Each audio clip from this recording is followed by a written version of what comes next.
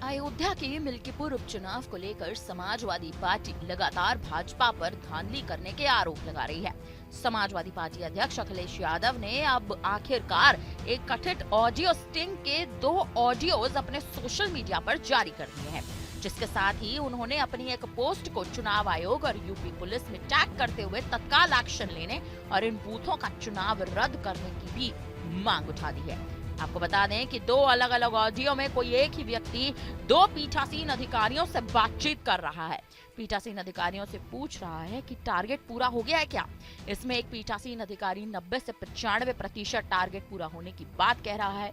हालांकि हम ऑडियो की प्रामाणिकता की पुष्टि नहीं करते, लेकिन आपको बता दें कि अखिलेश यादव ने अपने एक्स पर पोस्ट किए गए ऑडियो के साथ लिखा है कि ये पीठासीन अधिकारियों की सच्चाई का स्टिंग ऑपरेशन जो सत्ताधारी के लिए फर्जी मतदान का टारगेट पूरा कर रहे हैं। इनके बूथों पर तुरंत चुनाव रद्द कर दिया जाए और इन्हें प्रथम दृष्टया ऑडियो सबूतों के आधार पर निलंबित कर दिया जाए और फिर उचित न्यायिक कार्रवाई के बाद बर्खास्त कर दिया जाए। अखिलेश यादव ने इस बात तक का दावा किया है कि अधिकारियों के चुनावी धांधली और हेराफेरी के ऐसे और भी वीडियोज और ऑडियोज आ रहे हैं। जब इनकी नौकरी जाएगी, समाज में बदनामी होगी, तभी शायद इनको इनका इनाम मिलेगा और इनके ज़मीर कहीं ना कहीं जागेगा।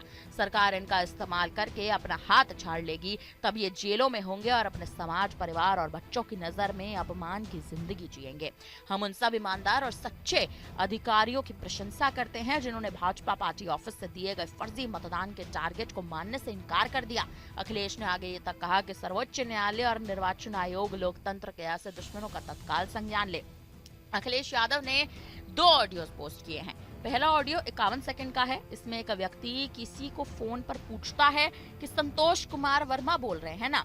261 के पीठासीन अधिकारी हाँ में जवाब मिलने पर वो कहते हैं कि लखनऊ से पार्टी ऑफिस से बोल रहा हूँ, जिसके बाद वो पूछते हैं कि टारगेट पूरा हो गया, तो सामने से जवाब आता है कि 90 से 95% का टारगेट था जो पूरा हो चुका है। अब आप खुद ही इस ऑडियो की पूरी कहानी, पूरी बातचीत सुन लीजिए। हालांकि हम इस ऑडियो की पुष्टि नहीं करते, लेकिन अखिलेश यादव के ट्विटर हैंडल से पोस्ट किया गया ये ऑडियो अब आप खुद ही सुने।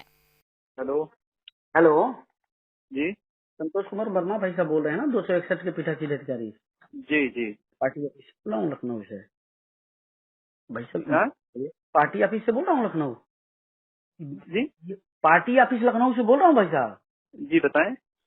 ये जो टारगेट है, टारगेट पूरा हो गया ना अपना? हाँ हाँ। आपके रहते अगर नहीं होगा तो भाई साहब दिक्कत होगी ना, समझिए। नहीं नहीं, 90 से 95%। 90 से 95%। जी 36 में थे या 48 में? जी 36 में थे या 48 में? मेरा 261 है। वो नहीं, जी टारगेट 36 में थे या 48? 48 वाला है। ओके ओके ओके, बहुत आपका जी जीवन भर एहसान रहेगा महाराज जी के ऊपर। जी जी जी। दूसरा ऑडियो न केवल 29 सेकंड का है, लेकिन इस ऑडियो में भी वही व्यक्ति बात कर रहा है। इसमें कॉल कर वो व्यक्ति पूछता है कि 236 वाले पीठासीन अधिकारी बोल रहे हैं कौशलेंद्र भाई साहब। इनसे भी पूछा जाता है कि टारगेट पूरा हो गया है और इसमें जवाब सामने से आता है कि 48 में था या 36 में था। अब आप ये दूसरा ऑडियो सुनिए कि आखिर इस ऑडियो में अखिलेश यादव किस बात की पुष्टि करने का प्रयास कर रहे हैं। हाँ सर बताइए। पार्टी ऑफिस से बोल रहा हूँ लखनऊ से। 236 के अधिकारी बोल रहे हैं ना कौशलेंद्र भाई साहब?